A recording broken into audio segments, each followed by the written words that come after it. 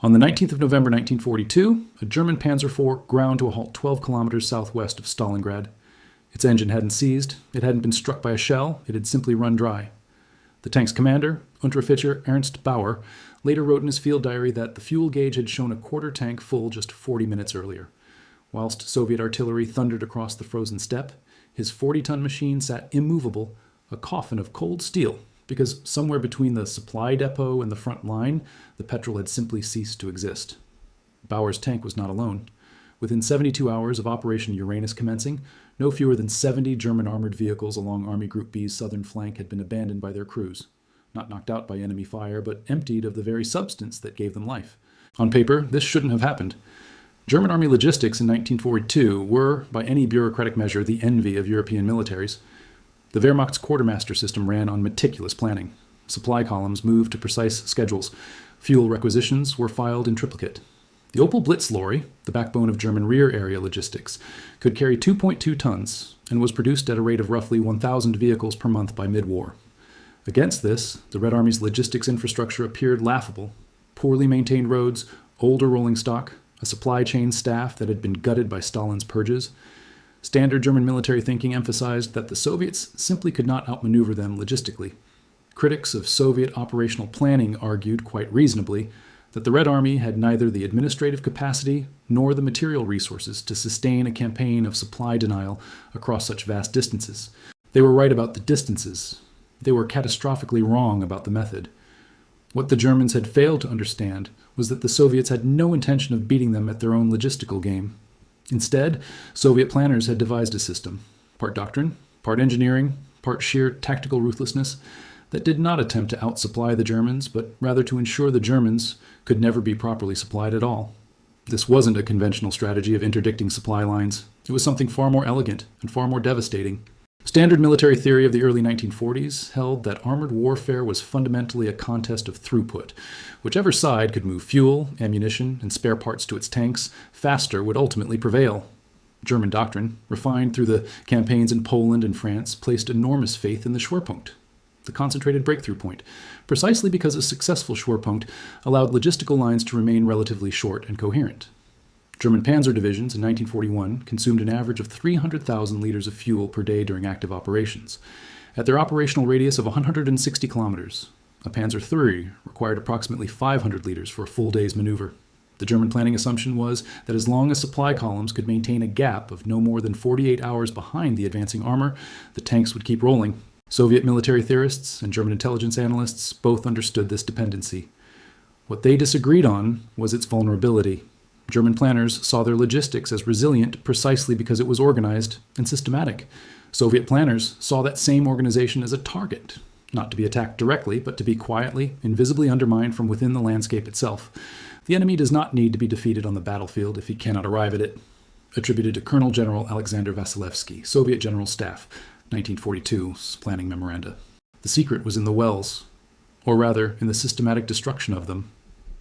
Beginning in late 1941, Soviet Partisan and NKVD demolition units, operating under Directive No. 428, issued by Stalin himself on the 17th of November 1941, began the methodical poisoning, collapse, and contamination of every freshwater source within likely German operational corridors across a front stretching from Bryansk to Rostov-on-Don.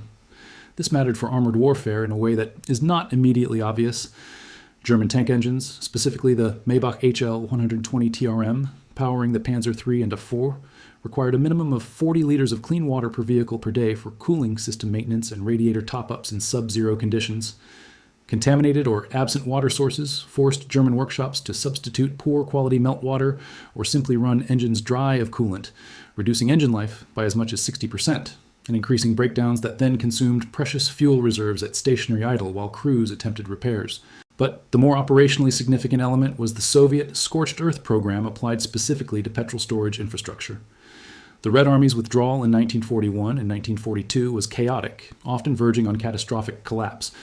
But within that chaos, Soviet engineers executed one task with exceptional consistency: the destruction of fuel storage facilities. Between June and December 1941, Stavka records indicate that 903 fuel depots, bulk storage tanks, and railway fuel transfer points were destroyed ahead of the German advance. This was not merely blowing up tanks and walking away. Soviet demolition teams used a specific technique. They would drain storage reservoirs into the surrounding soil, contaminating the ground itself so that any attempt to recover residual fuel, a tactic the Germans did attempt, would yield only sand-thickened sludge that would clog fuel filters within minutes of use. The Germans compounded their own difficulties with an engineering assumption that proved catastrophic on Soviet roads. German fuel supply lorries used standard NATO-pattern jerry cans of 20-liter capacity, sealed with rubber gaskets. Soviet roads, unpaved, deeply rutted, and prone to dramatic surface changes between frozen and thawed states, vibrated these cans incessantly. Field tests conducted by Wehrmacht engineers in November 1941 at Rzhev found that on typical Soviet road surfaces, standard jerry conceal failure occurred at a rate of approximately 8% per 100-kilometer journey. In the context of a Panzer division requiring 15,000 cans per week during active operations, this meant the loss of 100 cans worth of fuel, roughly 24,000 liters, to simple leakage per week before accounting for enemy action or vehicle breakdown. The consequences became undeniable during Operation Fall Blau, in the summer of 1942. The German 4th Panzer Armies advanced toward the Don River between the 28th of June and the 23rd of July 1942, covered approximately 500 kilometers at the rate of engagement.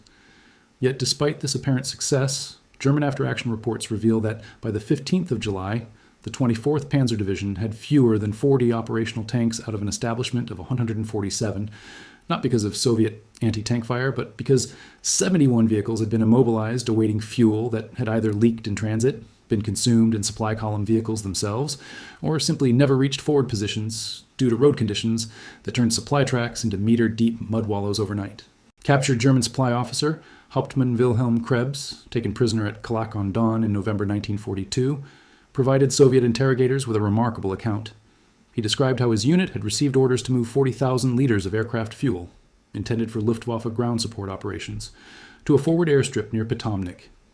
The journey of 90 kilometers took 11 hours across Soviet roads. Upon arrival, inspection revealed that contaminated jerry cans, leaking seals, and 2 lorry fires caused by fuel vapor ignition had reduced the delivery to approximately 27,000 liters. The airstrip's Bf-109s flew fewer sorties the following day as a direct result. German tank crews on the ground received no close air support during a Soviet counterattack that afternoon and suffered accordingly. Krebs estimated that across his supply battalion alone, fuel losses to mechanical and road causes exceeded 22% of all transported volume across the summer of 1942. Soviet partisans added a further layer of attrition that German intelligence consistently underestimated. NKVD records from the Central Partisan Command, declassified in the 1990s, show that between April and October 1942, partisan units destroyed or contaminated an estimated 7.4 million liters of German fuel supplies across occupied territories, achieved primarily not through dramatic ambushes, but through the remarkably low-tech method of adding abrasive compounds, water, and, in some documented cases, sugar, to exposed fuel stores at German collection points. The contamination was typically slow-acting enough that it was not detected until the fuel reached tank engines, at which point the damage was already done. German workshops in Army Group South reported a 340% increase in fuel system-related engine failures between January and September 1942, compared to the French campaign of 1940. This wasn't accidental improvisation. Soviet planners understood something fundamental about the nature of mechanized warfare that German doctrine, for all its sophistication, chose to overlook. A tank is not defeated when it is destroyed. It is defeated when it stops, and stopping requires far less effort than destruction. The German engineering tradition prized performance. The Maybach engine's 265 brake horsepower was a genuine technological achievement, and German tank crews rightly took pride in their equipment's capabilities. But that performance came at the cost of complexity. And complexity in the context of Soviet roads, Soviet winters, and Soviet supply chains became fragility. Commanders at Stavka weren't clinging to partisan warfare out of desperation or lack of alternatives.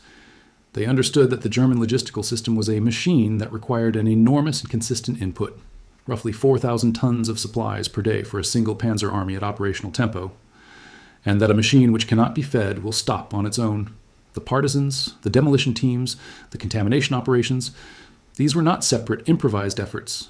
By mid-1942, they were coordinated under the NKVD's Special Tasks Directorate, which issued standardized instructions to partisan formations on which categories of German supply to prioritize. Fuel was always first, ammunition was second, food was third. The reasoning was coldly logical. A German soldier without food can still fight for days. A German tank without fuel cannot move for minutes. Battlefields aren't testing ranges. The German logistical model had been proven in Poland in 1939 and France in 1940. Campaigns conducted over well-maintained road networks and temperate conditions against opponents who were either rapidly overwhelmed or swiftly surrendering. The Soviet Union offered none of these conditions. Roads that appeared passable in summer aerial reconnaissance photographs became impassable in autumn rains. Distances that seemed manageable on a planning map consumed fuel at twice the calculated rate when traversed in convoy by overloaded Opel lorries in first and second gear. Soviet planners had absorbed the lessons of their own territory in a way that no German staff officer, however brilliant, could replicate from maps in Berlin. The result was a form of strategic paralysis that no amount of German tactical skill could overcome. By the time Operation Uranus encircled the German Sixth Army at Stalingrad in November 1942, Field Marshal Friedrich Paulus commanded a force that was, in theory, still heavily armed and numerically significant. What it lacked was the ability to move. Fuel reserves within the Stalingrad pocket were, by the 23rd of November, sufficient for approximately 3 days of active armored operations. The Luftwaffe airlift that was supposed to resupply the pocket delivered a daily average of 94 tons against a minimum requirement of 300 tons, itself partly a consequence of the fuel shortages at forward airfields that Hauptmann Krebs had so carefully documented. The Sixth Army did not surrender because it was outfought at the tactical level. It surrendered, in no small part, because a quiet, methodical, relentlessly patient Soviet campaign of fuel denial had ensured that, by the time the decisive moment arrived, Germany's most powerful weapons were parked, cold, and empty on the steppe. The secret was in understanding that the most decisive blow in armored warfare is sometimes not the shell that penetrates the armor, but the decision made 6 months earlier to drain a fuel depot into the frozen ground.